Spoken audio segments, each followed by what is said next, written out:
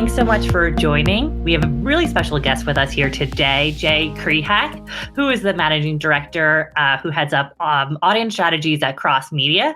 Jay, thank you so much for taking the time out of your very busy schedule to talk with us today.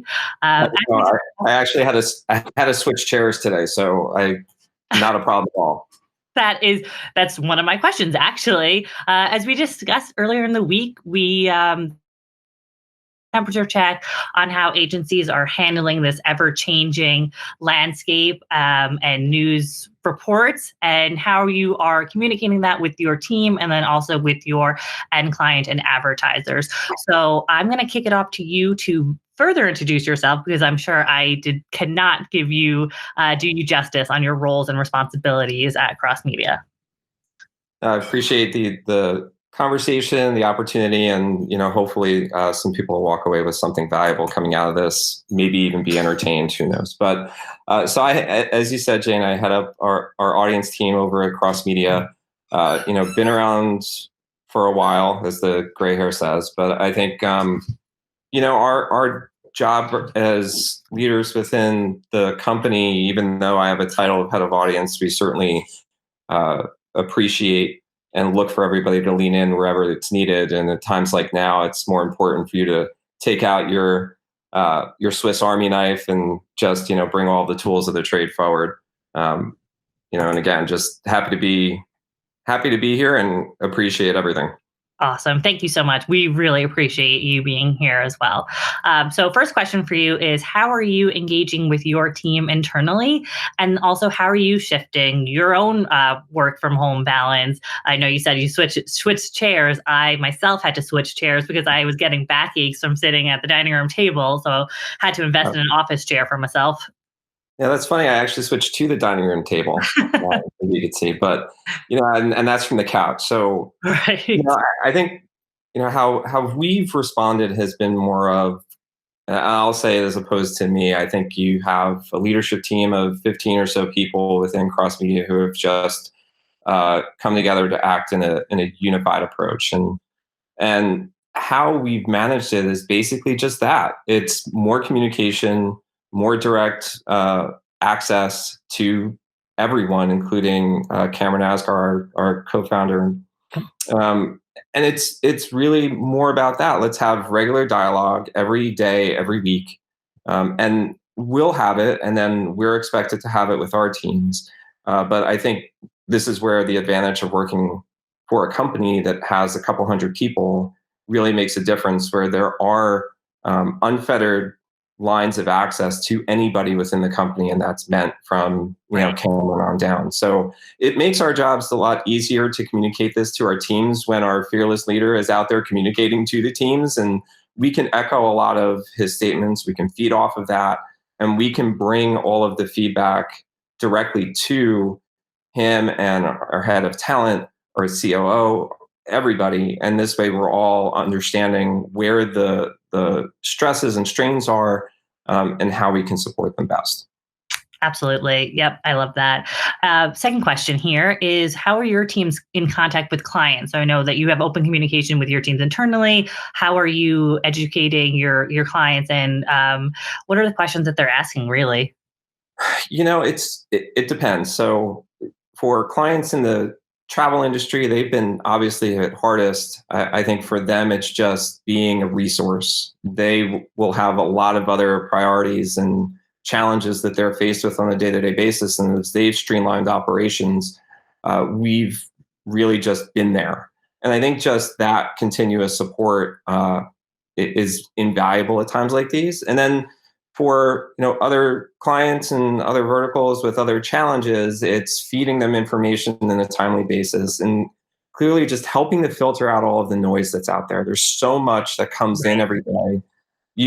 We've been able to identify at least a couple of primary challenges to focus our communications on, but then also a couple of important data and information streams that we've really relied on to be some guiding light, if you will, in terms of what's coming. And that's where I think most of the communications outward are trying to focus, which is, what are those leading indicators of what's to come? Because it's great we know the here and now. But if there is something that can give us a leg up on planning and preparedness for the next couple of weeks or a couple of months, that's really where we want to focus our attentions on. Yeah, absolutely. And in terms of planning and preparation, are you also leading discussions around kind of shifts in terms of channels? So are you favoring one channel over the other, social, CTV, out of home, or is it just kind of different in terms of client space needs? It's different in terms of client, obviously. You always have to start every conversation with, well, it depends, It but depends, sure. it depends, right? And what we're doing now is the marketplace team is hard at work on identifying where the pockets of opportunity lie within sourcing, and also where the conversation has shifted or the eyeballs have shifted, and has that created opportunity as well? So I think the biggest challenge right now is, do you participate in the COVID media explosion or do you not? And how can you do that in a safe way where your brand is not being looked at as opportunistic, it's really being looked at as supportive. And I think some folks have come out very clearly stating that they do not want to walk away from the media at a time where the media becomes so critical. So supporting those local news outlets, supporting the national news outlets, and how do you do that in a way that stays on brand is critical at this point. So I think those are just a couple of examples, but I think we're all looking at similar trends data about where eyeballs and ears and all of those things and clicks are going, I guess you could say. And we'll just continue to monitor that as we go. Yeah, absolutely. I know when we spoke earlier this week, you said brand messaging was super important across all the different clients that you do work with. Are you finding that clients are looking to new strategies during this work from home environment to target new audiences? I guess it kind of coincides with what you just said earlier, just kind of learning about the news and where the industry is going. But if there's any type of nuggets you have on new strategies. Yeah, I think this is the time where brands are really identifying who they are and who they want to be and who they can be in the eyes of the consumer. So who am I allowed to say that I am? What is the foundation that I've laid over time to give me the credibility to be able to enter that conversation, and just support where we can. So clients of ours like Hertz have donated cars to medical workers. Serta has donated beds. NYU currently and Langone is doing everything, obviously, and Yeah, right. and I think you and U.S. Bank has given raises to employees. So I think you look across the board, and I think our conversations with them in the immediate was, how can you be more helpful? How can we be more helpful for you being helpful? How can we ask the marketplace to champion some of the things that you're doing, and then how can we help create some other pockets of good?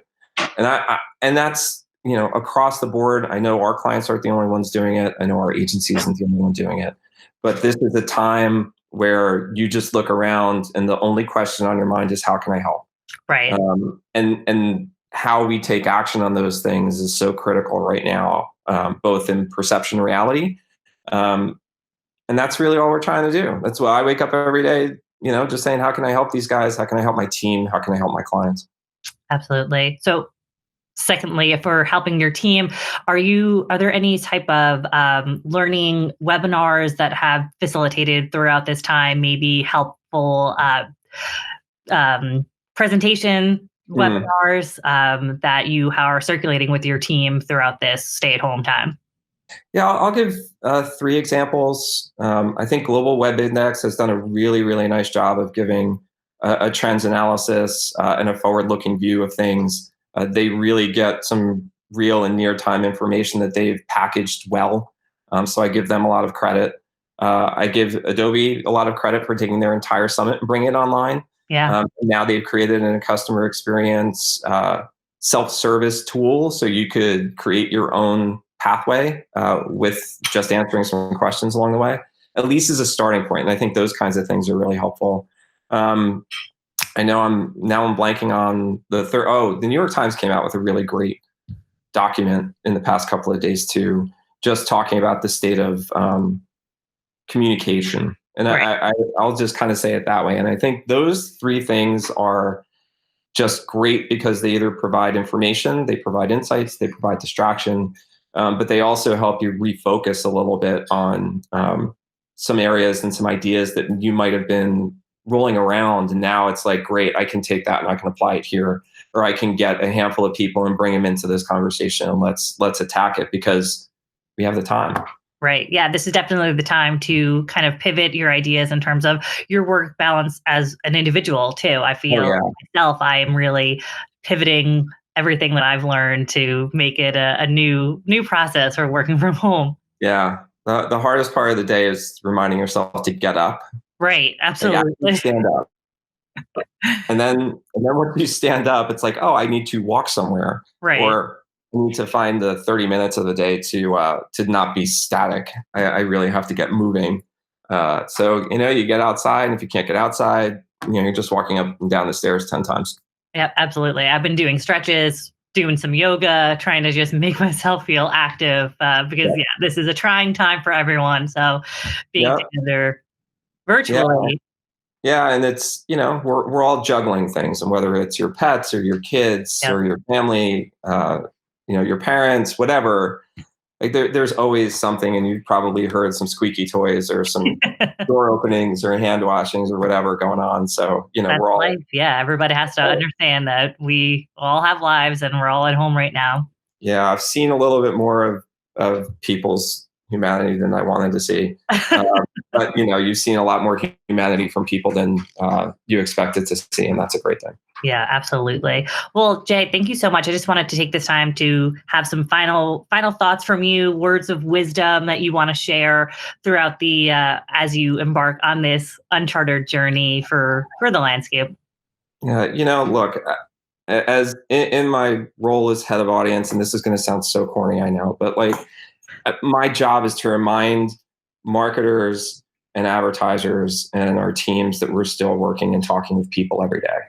What you promote and how you say it and the way in which you say it and who you say it to, you have to go and meet the consumer where they are with the expectations that they have. And that's no more critical than it is now in this moment, because if you don't, you're going to alienate a lot of people. You're going to piss a lot of people off. But more importantly, you've lost that emotional, humanitarian, empathetic, tone that I think carries a lot of weight right now. Just be human and be real. And we're truly, instead of bringing yourself to work every day, we're bringing everything to work every day. And you see it. We all have cameras, we all have phones. The home tours, whatever it is. I think it's just acknowledging where we're at. Be helpful. Ask questions. If you don't know, ask. But just be understanding, and let's know that tomorrow is going to be different than today, and absolutely wake up and try and get back after it. But that's kind of where I'll leave things, is we're all people, and just remember that. Could not agree more. Well, thank you so much for your time, Jay. We really appreciate it, and we appreciate my pleasure. No, anytime, Jane. I really appreciate this. Thank you, and I hope you have a wonderful day. You too. Bye.